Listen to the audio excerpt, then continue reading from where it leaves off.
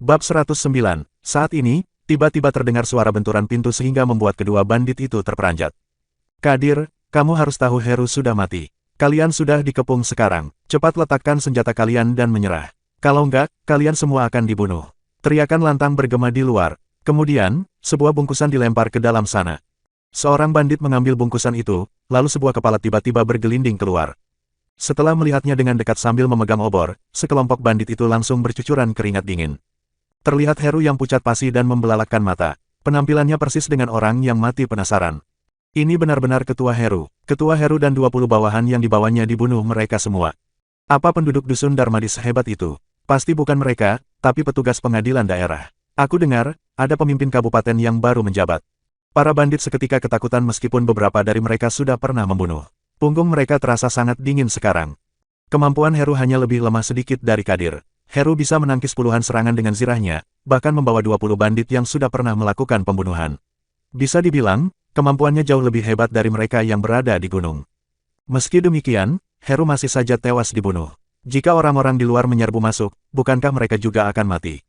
Untuk apa panik? Kadir memerintah dengan murung, aku mau 2 orang naik ke atas dan periksa berapa jumlah mereka. Kalau kurang dari 100 orang, kita akan langsung serang mereka. Kedua bandit bergegas naik, lalu mengulurkan kepala untuk memeriksa. Wosh wosh. 4 anak panah sontak memelesat dan masing-masing mengenai kedua bandit itu. Saat berikutnya, mereka pun terjatuh ke tanah. Gedebuk. Keduanya tewas di tempat. Bam, bam, bam. Benturan dan teriakan di luar pintu berlanjut. Kadir, kalian sudah dikepung. Cepat letakkan senjata kalian dan menyerah. Kalau enggak, kalian semua akan dibunuh. Pemanah. Ada pemanah. Mereka pasti petugas pengadilan. Sekelompok bandit itu terkesiap, ekspresi mereka berubah drastis. Mereka tidak memiliki zirah. Jika bertemu dengan pemanah, mereka 100% akan mati. Ambil obor dan intip dari celah pintu. Cepat periksa ada berapa orang di luar sana. Perintah Kadir dengan murung. Jika jumlah orang di luar sana banyak, mereka pasti sudah menyerang masuk. Mana mungkin berteriak seperti ini. Seorang bandit pun menghampiri pintu dengan memegang obor. Wosh! Sebuah tombak sontak menembus dari celah pintu, lalu langsung mengenai kepala bandit itu sehingga membuatnya tewas tergeletak di tanah. Ini pertama kalinya Yanuar membunuh orang. Dia seketika merasa sesak napas dan jijik saat melihat darah di tombaknya. Namun, dia tetap berusaha untuk menahan diri. Sementara itu, Wira yang mengenakan zirah hitam menatap pintu dengan terkejut. Dia merasa sangat gelisah sekarang. Yang dia mainkan sekarang adalah taktik psikologis. Umumnya, ketika orang bertemu dengan bahaya, tidak ada yang bersedia mempertaruhkan nyawa selagi ada jalan untuk mundur. Orang-orang pasti akan melarikan diri secara naluriah. Dengan adanya kepala Heru sebagai ancaman, Wira yakin bahwa para bandit itu tidak akan berani keluar. Tombak, sudah pasti petugas pengadilan. Ketua Kadir, sebaiknya kita cepat kabur dari sini. Sekelompok bandit itu buru-buru mendesak saat melihat rekan mereka tewas. Kita bisa saja kabur, tapi, sebelum itu, aku harus tahu ada berapa orang di luar sana. Sahut Kadir dengan murung. Dia yang mengenakan zirah hitam berlari, lalu melompat ke atas dinding. Tembak, perintah Wira. Wosh wosh, klang-klang. Sony, Danur, Herman, dan Hamid meluncurkan anak panah. Namun, semuanya berhasil ditangkis oleh zirah hitam Kadir. Busur silang, zirah hitam. Begitu melihat zirah hitam yang dikenakan Wira, mata Kadir yang awalnya berbinar-binar seketika menjadi muram. Dia melompat turun, lalu berlari ke pintu belakang sambil berteriak, jangan bawa apapun. Cepat lari ke gunung belakang. Makin cepat makin baik. Kabur, cepat kabur. Kalau enggak, kita semua akan mati setelah petugas pengadilan masuk. Bab 110. Para bandit memang sudah ingin kabur sejak tadi. Mereka langsung berlarian dan menyerbu ke pintu belakang. Mendengar para bandit itu kabur, Wira dan lainnya yang berada di depan pintu pun menghela napas. Mereka merasa sangat lega sekarang. Semua orang menatap Wira dengan kagum. Setelah penjaga rahasia memberi peringatan, mereka awalnya sangat terkejut dengan rencana Wira ini. Bagaimanapun, mereka tidak mungkin sanggup berhadapan langsung dengan para bandit. Sesudah Wira menjelaskan, mereka baru merasa masuk akal. Mereka pun hanya bisa menurutinya karena tidak punya pilihan lain. Dilihat dari situasi sekarang, keputusan Wira lagi-lagi benar. Herman berkata dengan cemas, jumlah bandit di dalam sepertinya masih banyak. Kita hanya membunuh beberapa orang barusan. Apa kakakku dan lainnya sanggup mengadang mereka semua? Semua orang juga mengkhawatirkan hal ini. Kalian harus percaya pada Paman Hasan, ujar Wira yang juga merasa cemas. Dia awalnya cukup yakin dengan hal ini. Lagi pula, menurut Danu dan Dodi, Hasan bisa mengalahkan mereka berdua dengan mudah. Namun, sekarang keyakinan Wira mulai goyah setelah melihat Kadir yang mengenakan zirah hitam. Zirah hitam itu persis dengan yang dikenakannya. Wira yakin bahwa latar belakang keduanya pasti sama dan kemampuan mereka juga setara. Dalam situasi seperti ini, mereka yang mengenakan zirah pasti bisa mengalahkan orang yang tidak mengenakan zirah dengan mudah. Namun, Hasan malah memberikan zirahnya kepada Wira. Sudah terlambat untuk menyesal sekarang, Wira hanya bisa berharap ada keajaiban yang terjadi. Cepat kabur, kita akan aman setelah tiba di gunung belakang. Kalau mereka berani mengejar sampai gunung belakang, kita bisa menyerang balik mereka. Apa hebatnya petugas pengadilan, gunung ini adalah wilayah kekuasaan kita. Sekelompok bandit itu mengikuti Kadir berlari ke pintu belakang desa Tiga Harimau. Wosh wosh wosh. Saat ini, terlihat 6 anak panah memelesat ke depan dan mengenai 3 orang bandit. Langit malam hari sangat gelap, apalagi para bandit sibuk berlarian. Hasan dan lainnya hanya bisa melihat sosok-sosok yang tidak jelas sehingga tingkat akurasi mereka berkurang. Ah, ketiga bandit itu terjatuh dan berteriak kesakitan. Ada perangkap, sekelompok bandit itu pun ketakutan dan lanjut berlari ke depan. Melihat ini, Hasan dan lainnya memanfaatkan situasi untuk menembak. Wosh wosh wosh. Anak panah menembus udara. Teriakan bergema tanpa henti. Para bandit pun terjatuh satu per satu. Serang, teriak Hasan. Para bandit sibuk melarikan diri. Sementara itu, Hasan yang murka sontak menerjang ke arah 6 orang itu. Serahkan dia kepadaku. Kalian kejar bandit lainnya. Pisah menjadi 2 tim, Danu dan Dodi 1 tim, Gabrata bersaudara 1 tim. Ingat, keselamatan adalah yang terpenting. Perintah Hasan. Kemudian, dia mengambil pisau panjang hitamnya dan menyerbu ke arah Kadir yang dipenuhi niat membunuh. Klang klang klang. Di bawah langit malam, Hasan Kadir saling bertarung. Suara benturan logam terus terdengar, bahkan percikan api berterbangan kemana-mana. Ayah, seru Danu dan Dodi dengan khawatir. Namun, mereka akhirnya memaksakan diri untuk mengejar bandit lainnya. Gabrata bersaudara juga menyerang para bandit. Kelima orang itu memegang busur silang Zeta seraya meluncurkan anak panah tanpa henti. Serangan mereka pun menyebabkan para bandit berjatuhan satu per satu. Seorang bandit berbalik dan menyerang ke arah mereka. Melihat ini, Dodi melemparkan busur silang Zeta dan merampas pisau panjang bandit itu. Cahaya pisau yang mengerikan ini seolah-olah tak terbendung. Di pintu belakang desa Tiga Harimau, Hasan terus mengayunkan pisau hitamnya, membuat Kadir terus mundur. Tanpa zirah hitam yang menangkis serangan pisau itu, Kadir mungkin sudah terluka parah sejak tadi. Serangan pedang yang sangat tajam. Kamu juga menguasai teknik pisau 100. Siapa kamu sebenarnya? Teriak Kadir dengan kesal karena dia dibuat tidak berdaya oleh teknik yang sangat familiar baginya. 17, aku nggak ngangka rupanya kamu adalah Kadir, kamu telah mencampakkan orang-orang Panglima Dirga.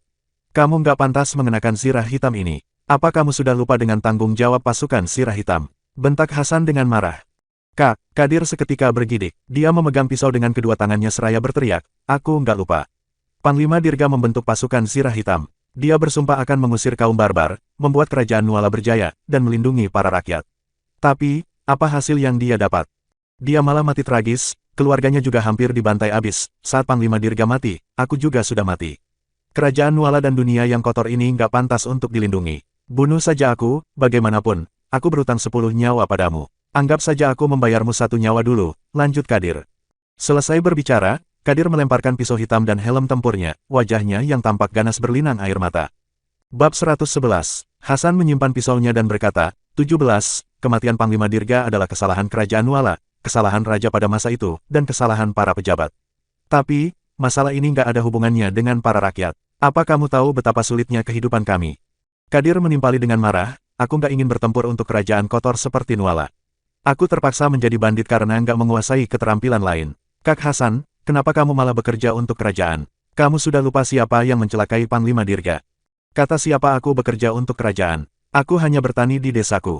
Hasan meneruskan, Wira yang ingin kamu bunuh adalah keponakanku. Apa? Seru Kadir dengan terkejut. Kemudian, dia tersenyum getir seraya berkata, aku benar-benar nggak ngangka, kesepakatan yang kuterima malah berkaitan dengan keluarga Kak Hasan. Tapi, tawaran ini diberikan keluarga Silali dari kabupaten.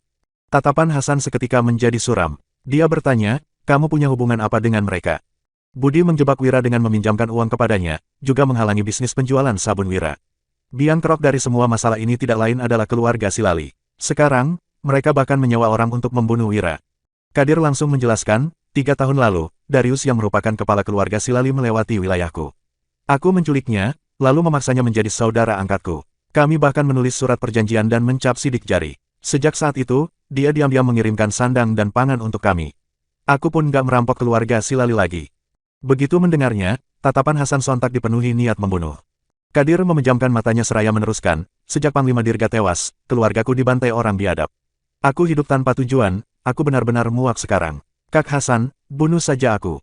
Hasan menggeleng dan menyahut, kamu belum boleh mati, kamu harus membantuku menjatuhkan keluarga Silali. Aku ingin menghabisi momok yang satu ini. Kadir mengernyit sembari bertanya, kamu melakukannya demi keponakanmu. Hasan pun mengangguk sebagai jawaban dari pertanyaannya. Kak Hasan, kamu adalah penyelamatku. Aku akan menurutimu, tapi, kamu harus tahu keluarga Silali sangat berkuasa di kabupaten.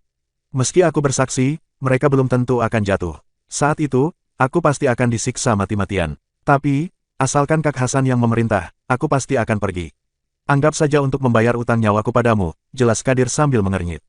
Bukan keluarga Silali saja yang punya bawahan di kabupaten, kami juga punya. Kamu tenang saja, setelah sampai di kabupaten, Wira akan menyuruh orang mengurus semuanya dengan baik. Kamu nggak akan menderita di sana, ujar Hasan dengan sungguh-sungguh. Baiklah, aku tenang kalau begitu. Kemudian, Kadir mengalihkan topik dengan berkata, aku ingin bertemu dengan keponakanmu itu. Aku ingin tahu seperti apa orang yang bisa membuatmu memilih untuk mengikutinya, lak tawaran pangeran sebelumnya. Bukan itu saja, dia juga berhasil mengelabui Jamal yang begitu cerdas sampai terlihat seperti orang yang kerasukan.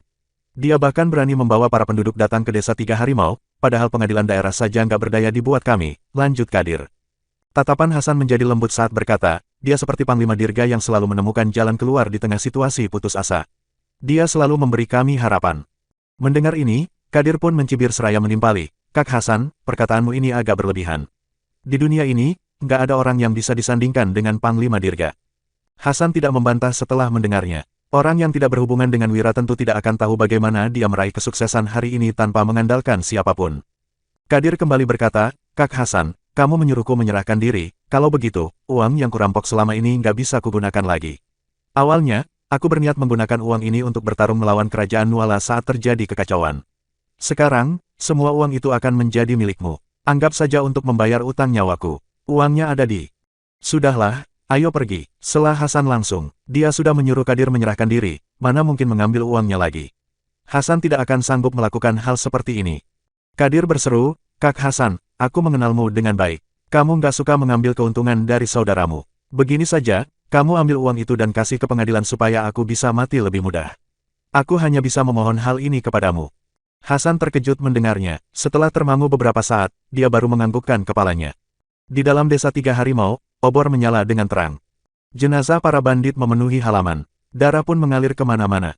Belasan wanita berjalan keluar dari rumah batu. Mereka hanya bisa terperangah saat menatap jenazah para bandit itu. Kemudian, ada yang berteriak sembari menghampiri jenazah. Mereka menendang dan memukul dengan marah seperti orang gila, ada yang berlinang air mata dan tampak lega, ada juga yang terbengong-bengong dan tampak kebingungan. Beberapa wanita ini diculik dari desa sekitar, beberapa lagi ditawan saat melewati wilayah para bandit. Setelah desa Tiga Harimau diserang dan para bandit dibunuh, mereka pun merasa sangat lega. Jenderal, terima kasih sudah menyerang desa Tiga Harimau dan membantu kami balas dendam. Begitu melihat Wira yang mengenakan zirah hitam, belasan wanita itu langsung bersujud di hadapannya. Aku bukan jenderal. Wira menarik Sony, lalu bertanya, di mana rumah kalian? Aku akan menyuruhnya mengantar kalian pulang. Wajah Sony seketika memerah. Ini pertama kalinya dia berinteraksi dengan wanita sehingga jantungnya berdetak sangat kencang. Pulang. Bab 112, seorang wanita cantik tersenyum sedih seraya menjawab, Tuan, kami sudah kehilangan kesucian. Keluarga kami mungkin lebih memilih kami mati daripada kami pulang dan membuat malu keluarga sendiri. Para wanita seketika menangis dengan sedih. Bukannya mereka tidak memiliki rumah, tetapi mereka tidak bisa pulang. Kepulangan mereka hanya akan mempermalukan keluarga. Wira termangu melihat situasi ini. Pada zaman ini, wanita sangat mementingkan reputasi mereka. Itu sebabnya, Wulan tidak bersedia meninggalkan suaminya meskipun sering dipukuli oleh pemilik tubuh sebelumnya. Jika para wanita ini pulang, pasti ada banyak orang yang bergosip di belakang mereka. Mereka masih bisa bertahan hidup saat berada di desa Tiga Harimau. Begitu pulang, hinaan orang-orang akan membuat mereka sangat menderita. Saat ini juga, Wira pun menyadari betapa jahatnya para bandit ini. Kak Wira, Sony menatap wanita cantik itu seraya berkata dengan tidak tega, gimana kalau kita bawa mereka ke dusun Darmadi saja? Lagi pula, kantin sangat sibuk sekarang karena yang makan makin banyak. Mereka bisa saja membantu. Ya, ada bagusnya juga. Wira mengangguk, lalu berkata kepada para wanita itu, kalau kalian mau pulang, aku akan mengatur orang untuk mengantar kalian. Kalau kalian mau ke dusun Darmadi, kalian bisa membantu kantin memasak. Gajinya 1000 gabak per bulan. Kami mau, seru para wanita itu sembari menangis bahagia. Beberapa hari ini, para bandit terus membicarakan tentang dusun Darmadi sehingga mereka tahu cukup banyak. Dusun Darmadi menyediakan makanan 3 kali sehari untuk para karyawan. Mereka pun bisa makan daging dan setidaknya mendapatkan 2000 gabak setiap bulan. Terutama Tuan Muda Wira yang baik hati itu, dia bahkan mengajari para bandit cara berbisnis. Kalau begitu, cepat bereskan barang-barang kalian. Ikut kami turun gunung nanti, ujar Wira sambil melambaikan tangannya. Begitu mendengar ini, belasan wanita itu langsung pergi berkemas. Tiba-tiba, Panca menghampiri dan melapor dengan lirih, "Tuan Muda, Ketua Jamal ingin menemuimu." Wira pun datang ke sebuah rumah batu. Ikatan Jamal sudah dilepas. Dia sudah tidak makan selama 3 hari dan terus disiram dengan darah anjing hitam. Kini, dia terlihat sangat lemas. "Tuh, Tuan," sapa Jamal sambil berlutut begitu melihat Wira. Ekspresinya tampak sangat panik. Jamal sudah mengetahui segala hal yang terjadi di luar sehingga tahu betapa mengerikannya Wira ini. Saat ini, dia sedang mengkhawatirkan nasibnya. "Berdirilah." Wira menariknya untuk bangkit, lalu bertanya, "Apa rencanamu?" "Tuan gak membawaku ke pengadilan daerah. Hadiah penangkapanku sebesar 500.000 gabak," tanya Jamal dengan heran. Dia merasa sangat gembira saat mengetahui Wira melepaskannya. Wira terkekeh-kekeh, lalu menyahut, "Sepertinya, aku memang rugi besar kalau nggak membawamu ke pengadilan daerah." "Tuan, maafkan aku sudah salah." Mohon Jamal segera. Dia tidak berani bercanda dengan Wira lagi. "Kalau Heru nggak menyerang Dusun Darmadi, kamu kira aku akan datang ke desa 3 harimau?" Wira memicingkan matanya seraya meneruskan, "Asalkan kamu nggak membalaskan dendam mereka, maka nggak ada perselisihan di antara kita."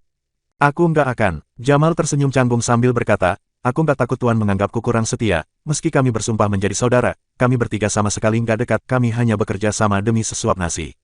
Wira menyipitkan matanya, lalu menimpali, "Mulai sekarang, kamu akan beralih profesi. Tapi, ada satu hal yang harus kamu ingat."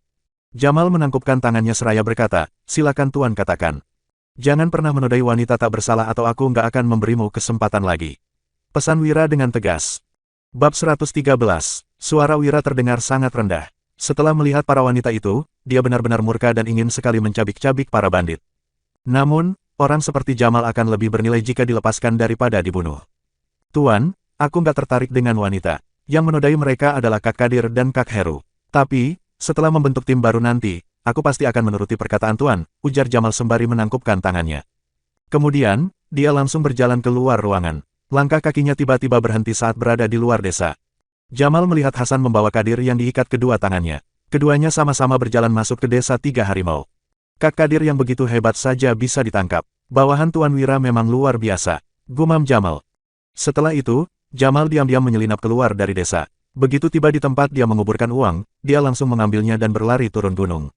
"Kamu yang namanya Wira, aku kira kamu sehebat apa, ternyata hanya seorang cendekiawan muda," ujar Kadir dengan nada merendahkan. Dia mengamati Wira dari ujung kaki hingga ujung kepala. Kadir membatin, bocah ini hanya berparas tampan dan sama sekali nggak berkarisma. Mana mungkin dia bisa dibandingkan dengan Panglima Dirga. Paling-paling, dia hanya cerdik sedikit. Entah apa yang membuat Kak Hasan bersedia mengikutinya. "Diam," tegur Hasan. Kemudian, dia berkata kepada Wira, "Dalang di balik semua ini adalah keluarga Silali. Dia kemari hanya untuk melihat orang yang telah mengalahkannya." Wira terkekeh-kekeh, lalu menimpali, "Kamu sudah bertemu denganku sekarang. Selain itu, dia bersedia memberikan uang haram yang diperoleh selama bertahun-tahun ini. Dia ingin kamu membantunya supaya bisa mati lebih mudah nanti," lanjut Hasan. "Oke, kalau gitu, aku akan mencari Pak Regan besok. Dia akan mengurus semuanya dengan baik," sahut Wira seraya mengangguk. Wira tahu bahwa Hasan dan Kadir telah menyepakati hal ini. Bagaimanapun, zirah hitam yang mereka miliki sama. Mereka pasti memiliki hubungan yang tidak diketahuinya. Setiap orang pasti memiliki rahasia, jadi, Wira tidak akan bertanya kalau Hasan tidak mengatakannya. Keesokan paginya, Dusun Darmadi sontak gempar. Kabar tentang Wira membawa orang-orang menyerang desa 3 harimau telah tersebar. Anggota tim penangkap ikan yang tersisa tampak murung dan gelisah. Meskipun Wira telah menghabisi Heru, para penduduk tetap merasa tidak yakin. Jamadi dan keempat pemanah itu bahkan tidak bisa tidur semalaman. Mereka menjaga jenazah para bandit yang ada di Dusun Darmadi sambil menunggu dengan cemas. Jika Wira tidak kembali, Jamadi yang bertugas untuk menangkap bandit tentu diuntungkan. Namun, dia juga berharap Wira bisa menghancurkan desa 3 harimau. Dengan begini, situasinya akan lebih aman. "Tuhan memberkati. Semoga Wira baik-baik saja," ucap sekelompok orang tua yang berlutut sambil bersujud. "Nggak ada gunanya kalian berdoa, Wira nggak akan pulang lagi. Ada 100 bandit di desa 3 harimau. Mereka baru membunuh 20 bandit semalam, yang artinya masih ada 80 orang di atas gunung. Wira cuma membawa 20-an orang. Dia benar-benar cari mati," ejek Andre saat melihat para penduduk berdoa. Andre terus diejek orang-orang karena Wira mengusirnya dari tim penangkap ikan. Dia pun berharap Wira dan Hasan tidak kembali lagi supaya dia bisa menangkap ikan dan menjualnya sesuka hati. Bahkan, dia bisa saja memimpin tim penangkap ikan dan menggantikan posisi Wira. Brengsek, apa yang kamu katakan? Dasar nggak punya hati nurani. Keputusan Wira untuk mengusirmu dari tim penangkap ikan memang benar. Ayo, kita hajar bajingan ini. Berani sekali dia mengutuk Wira. Dasar nggak tahu balas budi. Para penduduk desa langsung memaki. Mereka menerjang ke depan untuk menghajar Andre. Orang-orang yang pergi ke desa Tiga Harimau bukan hanya Wira, tetapi masih ada anak-anak mereka. Andre pun melindungi kepalanya sambil berteriak kesakitan, yang kukatakan memang benar. Wira nggak akan bisa pulang lagi. Kalian lihat saja kalau nggak percaya. Tuhan, aku rela mengorbankan 10 tahun usiaku supaya suamiku bisa pulang dalam keadaan selamat, gumam Wulan dengan mata berkaca-kaca. Dia mengatupkan kedua tangannya seraya menengadah menatap langit biru. Bab 114. Tiba-tiba, seseorang berteriak, cepat lihat, Wira dan lainnya sudah pulang. Sekelompok orang perlahan-lahan menuju dusun Darmadi dengan disinai matahari pagi. Terlihat Wira yang bersirah hitam sedang menunggang kuda. Sosoknya terlihat seperti seorang dewa perang. Danu, Dodi, Gavin, Gandhi, Ganjar, Sony, Danur, Herman, Hamid, Yanuar, dan 23 anggota tim penangkap ikan mengikuti dengan ekspresi angkuh. Mereka bak jenderal yang baru memenangkan pertarungan. Saat ini, tidak terlihat sedikit pun ketakutan pada wajah mereka. Mereka dipenuhi dengan keberanian dan tidak takut menghadapi kesulitan lagi. Di belakang pasukan, tampak 3 buah kereta kuda. Yang pertama mengangkut belasan wanita, yang kedua mengikat Kadir yang berwajah ganas, sedangkan yang ketiga mengangkut banyak sekali jenazah bandit-bandit. Wira kembali dengan membawa pulang semua orang yang pergi bersamanya, tidak ada seorang pun yang kurang. Dia bahkan membawa Kadir dan begitu banyak jenazah para bandit. Wira benar-benar meraih kemenangan besar. Para penduduk desa menangis bahagia. Mereka tidak menghajar Andre lagi dan berlari menghampiri kerumunan sambil berteriak. Suamiku, teriak Wulan dengan mata berkaca-kaca. Dia segera melangkah dan berlari lebih cepat dari semua orang. Dia benar-benar berhasil, bahkan membawa Kadir ke dusun. Ini bukan mimpi, kan? Gumam Jamadi seraya mencubit diri sendiri dengan kuat. Meskipun kesakitan sampai tidak mengantuk lagi, dia tetap sulit mempercayai kenyataan ini. Ini nggak mungkin, seru Andre yang terduduk lemas di tanah. Ekspresinya penuh dengan ketakutan dan keputusasaan. Dia sudah melontarkan begitu banyak kata-kata yang buruk, tetapi Wira dan lainnya malah pulang. Bagaimana bisa dia hidup di dusun Darmadi lagi? Yang semangat, semuanya, para penduduk sudah datang untuk menyambut kita. Seru Wira sambil menunggang kudanya ke depan semua orang. Hasan mengikuti di belakang sembari memegang pisau hitamnya yang penuh dengan lubang, dia tampak sangat sedih. Paman Hasan, jangan begitu murung. Aku akan membuatkan yang lebih bagus untukmu nanti, ujar Wira yang meliriknya dengan tidak berdaya. Setelah memenangkan pertarungan ini, wajah semua orang berseri-seri sepanjang perjalanan. Hanya Hasan yang terus menatap pisau hitamnya yang berlubang dan tampak sangat sedih. Ya, sahut Hasan sembari memaksakan senyuman. Pisau hitam ini dihadiahkan oleh Panglima Dirga untuknya. Pisau ini pun telah menemaninya di medan perang selama 10 tahun. Ini adalah pisau tempas 100 yang dibuat oleh perajin terbaik Kerajaan Nuala dengan menggunakan besi terbaik. Bisa dibilang bahwa pengerjaannya sangat langka di dunia ini. Tidak ada pisau yang bisa menandingi pisau tempas 100 ini. Melihat Wulan berlari di paling depan, Wira bergegas melompat turun dari kudanya. Sayang, teriak Wulan sambil melemparkan diri ke pelukan Wira. Dia memeluk Wira dengan erat tanpa memedulikan orang lainnya. Dasar bodoh, cepat lepaskan tanganmu. Zira ini sangat keras, nanti kamu kesakitan kalau kupeluk, ujar Wira seraya merentangkan tangannya. Dia tidak berani memeluk Wulan. Nggak akan sakit, sahut Wulan sambil memeluk dengan keras kepala. Dia benar-benar lega sekarang. Beberapa hari ini, Wulan sangat khawatir suaminya dibunuh oleh para bandit. Semalam, dia sampai tidak tidur karena takut tidak bisa bertemu dengan Wira lagi. Kalau mau bermesra-mesraan, kita pulang dulu, di sini ada begitu banyak orang. Nanti kamu yang malu, goda Wira. Ah! Wulan seketika tersadarkan, dia bergegas bersembunyi di belakang Wira sembari menutup wajahnya yang merah karena malu. Bab 115. Wulan membatin, duh, aku malu sekali. Aku memeluk suamiku dan bertingkah manja di hadapan begitu banyak orang. Hahaha, para penduduk desa seketika tergelak melihat tingkah Wulan. Sudah, saatnya kita bahas masalah penting, ujar Wira sembari melambaikan tangan sehingga semua orang langsung terdiam. Kemudian, dia berkata dengan serius, desa Tiga Harimau sudah jatuh.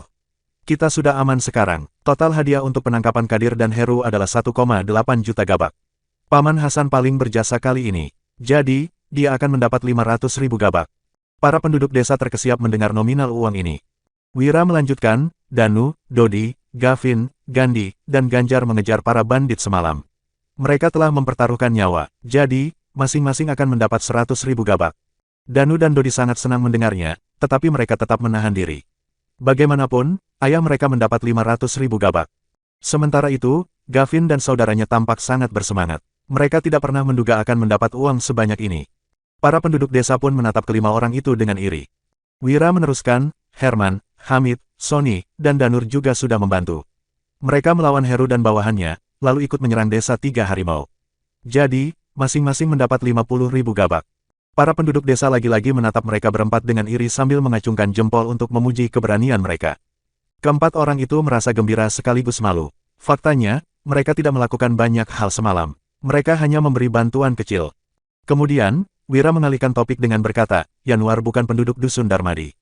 Tapi, dia sangat membantu semalam. Dia juga akan mendapat 50.000 gabak. Terima kasih, Tuan Muda Wira. Ujar Yanuar yang kebingungan. Dia jelas-jelas tidak melakukan apapun semalam, hanya menikam seorang bandit dengan tombaknya. Yanuar awalnya hanya berniat memberi informasi kepada Wira. Namun, dia malah mendapat uang sampai 60.000 gabak. Setelah pulang nanti, dia sudah bisa merenovasi rumahnya dan menikah. Saat ini, banyak penduduk desa yang mengamati Yanuar, terutama mereka yang memiliki anak perempuan. Wira menoleh menatap anggota tim penangkap ikan, lalu berkata, masih ada anggota tim penangkap ikan, yang mengikutiku semalam ada 23 orang. Mereka juga sangat membantu, jadi, masing-masing mendapat 10.000 gabak. Terima kasih, Kak Wira, seru para pemuda itu dengan gembira sekaligus malu. Meskipun telah memberanikan diri untuk naik gunung, mereka sebenarnya tidak ikut bertarung semalam. Melihat ini, 7 anggota tim penangkap ikan yang tidak berani ikut ke desa tiga harimau sungguh menyesal sekarang, mereka hanya bisa menundukkan kepala. Para penduduk desa merasa makin iri. Mereka pun bersumpah akan mengikuti Wira jika terjadi masalah di kemudian hari lagi. Jika tidak, mereka akan melewatkan rezeki seperti ini. Jamadi dan keempat pemanah itu menelan air liur. Mereka bahkan berniat untuk mengundurkan diri dari pengadilan dan bekerja untuk Wira. Di sisi lain, Hasan justru mengernyit. Jika dihitung-hitung, uang yang didapatkannya jauh lebih banyak dari Wira. Selain itu, dia juga tidak menyuruh orang-orang menggali uang yang disebutkan oleh Kadir sebelumnya. Kadir yang diikat di kereta kuda menyaksikan semua ini dengan dingin. Kemudian, dia menyunggingkan sebuah senyuman. Setelah itu, Wira menarik Wulan yang ada di belakangnya dan menunjuk belasan wanita di kereta kuda. Dia berkata kepada Wulan, mereka diculik oleh para bandit dan nggak bisa pulang lagi. Kamu dan Bibi Hani atur siapa yang bisa menyediakan tempat tinggal untuk mereka, lalu bayar 500 gabak sebagai uang sewa.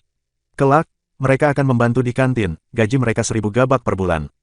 Para wanita di dusun Darmadi pun iri mendengarnya. Mereka saja tidak bekerja di kantin. Terima kasih, Tuan. Wanita yang berwajah cantik itu memimpin yang lainnya untuk berlutut dan berterima kasih. Melihat ini, Wira memberi isyarat mata. Kemudian, Wulan, Hani, dan wanita lainnya bergegas maju untuk memapah mereka. Wira melanjutkan dengan serius, hari ini, tim penangkap ikan dan tim penjualan libur. Semuanya pergi ke pengadilan daerah untuk bawa Kadir, Heru, dan jenazah bandit lainnya. Kita akan meminta keadilan dari pemimpin kabupaten. Bukannya para bandit sudah dibunuh. Kenapa harus meminta keadilan lagi? Tanya para penduduk desa dengan heran. Mendengar ini, Hasan, Danu, Dodi, dan Gabrata bersaudara yang merupakan anggota inti seketika memasang ekspresi dingin. Bab 116. Desa Tiga Harimau memang telah lenyap. Namun, keluarga Silali dari kabupaten yang merupakan dalang di balik semua ini masih hidup bebas di luar sana. Tim penangkap ikan dan tim pembelian bergegas mempersiapkan kereta kuda.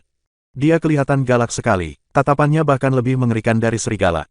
Tapi, dia tetap saja berhasil ditaklukkan Kak Wira. Banyak penduduk desa mengelilingi Kadir yang diikat di kereta kuda. Mereka pun melihat dari kejauhan sambil bergosip. Urus kerjaan kalian sana, jangan berkerumun di sini. Teriak Hasan yang mengusir para penduduk itu. Kemudian, dia menghampiri Kadir dengan membawa air dan menyuapinya. 17, ini salahku. Hasan tahu, jika bukan karena dirinya, teman lamanya ini pasti lebih memilih untuk langsung mati daripada dipermalukan seperti ini. Kak Hasan, untuk apa sesungkan ini? Aku saja nggak keberatan untuk mati, jadi mana mungkin peduli dengan mereka. Sahut Kadir. Kemudian, dia meneruskan, omong-omong, bocah itu punya sedikit karisma Panglima Dirga. Dia tahu cara menyemangati orang dan memanfaatkan orang. Dia bahkan lebih licik dari Panglima Dirga. Aku sudah tenang karena kamu memilih mengikutinya. Bagaimanapun, orang baik nggak akan hidup terlalu lama. Di dusun Gabrata, Gavin pulang ke rumahnya. Istrinya pun segera menyajikan makanan ke atas meja. Ada 2 ekor ikan goreng, 8 roti daging, sepiring tumis sayur, dan sebakul nasi putih. Meskipun terlihat sangat sederhana, hanya keluarga Gavin dan 2 saudaranya yang bisa menikmati makanan seperti ini di dusun Gabrata.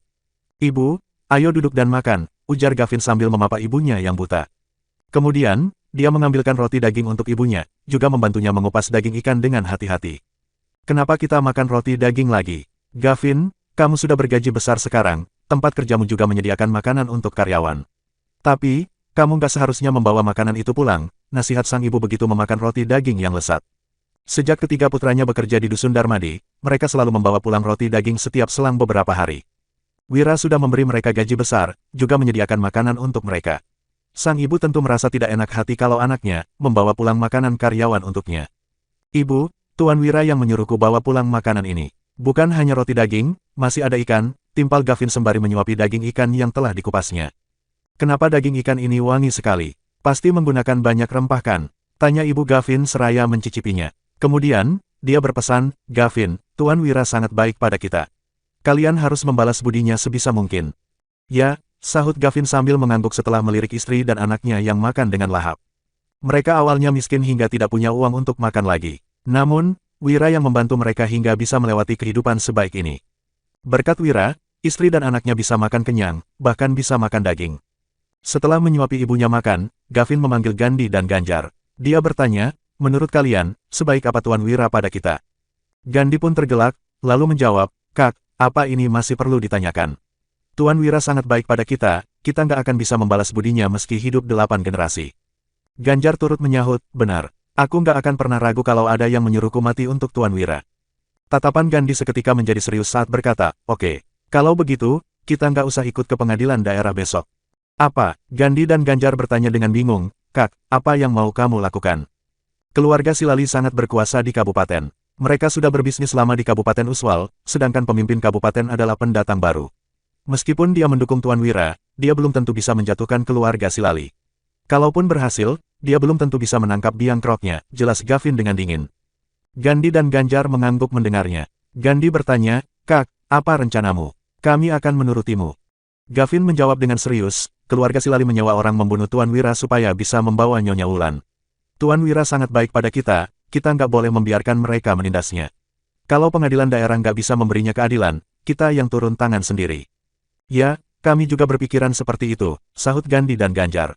Sejak awal, mereka sudah sangat murka saat mendengar tentang kejahatan yang dilakukan keluarga Silali.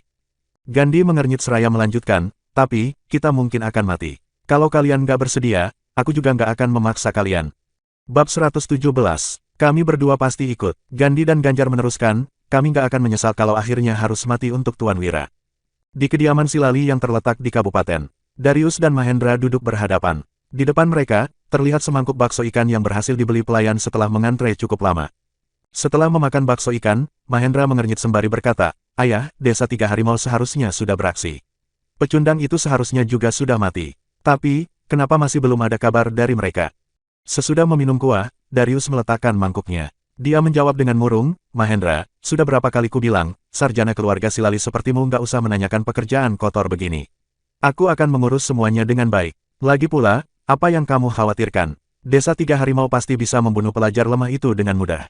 Mahendra pun mengangguk, lalu menimpali, ya, benar juga. Bagaimanapun, mereka bertiga sangat ganas. Keluarga kaya di kabupaten saja takut pada mereka, apalagi orang kampungan seperti dia.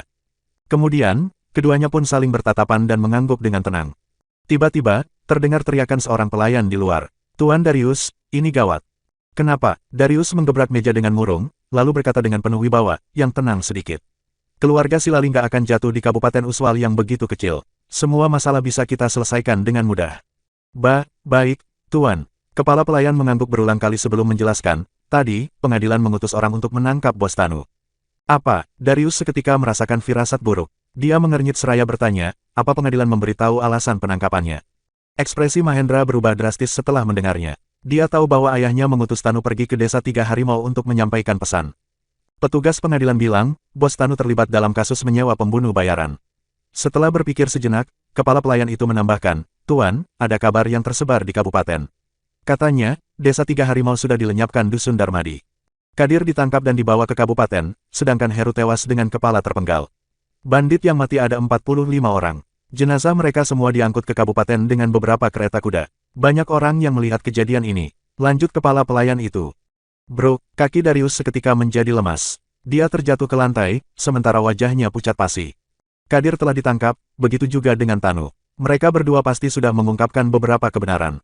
Kalau hubungan mereka juga terungkap, Darius pasti akan mendapatkan sanksi meskipun tidak dihukum mati. Ini nggak mungkin, seru Mahendra yang berdiri sambil mengernyit. Saat ini, dia pun mondar-mandir saking cemasnya. Desa 3 harimau terkenal akan keganasan mereka. Keluarga Silali bahkan menderita kerugian besar karena mereka, mana mungkin pecundang itu bisa menjatuhkan mereka. Jangan bicara omong kosong lagi. Cepat kemasi barang-barang, kita akan bersembunyi di kota pusat untuk sementara waktu. Perintah Darius Raya memaksakan diri untuk berdiri. Kemudian, dia menarik putranya untuk pergi. Saat ini, Regan membawa sekelompok bawahan menerobos masuk. Dia bertanya, Tuan Darius, kamu mau kemana? Pemimpin kabupaten mengundangmu ke pengadilan karena ada kasus penting.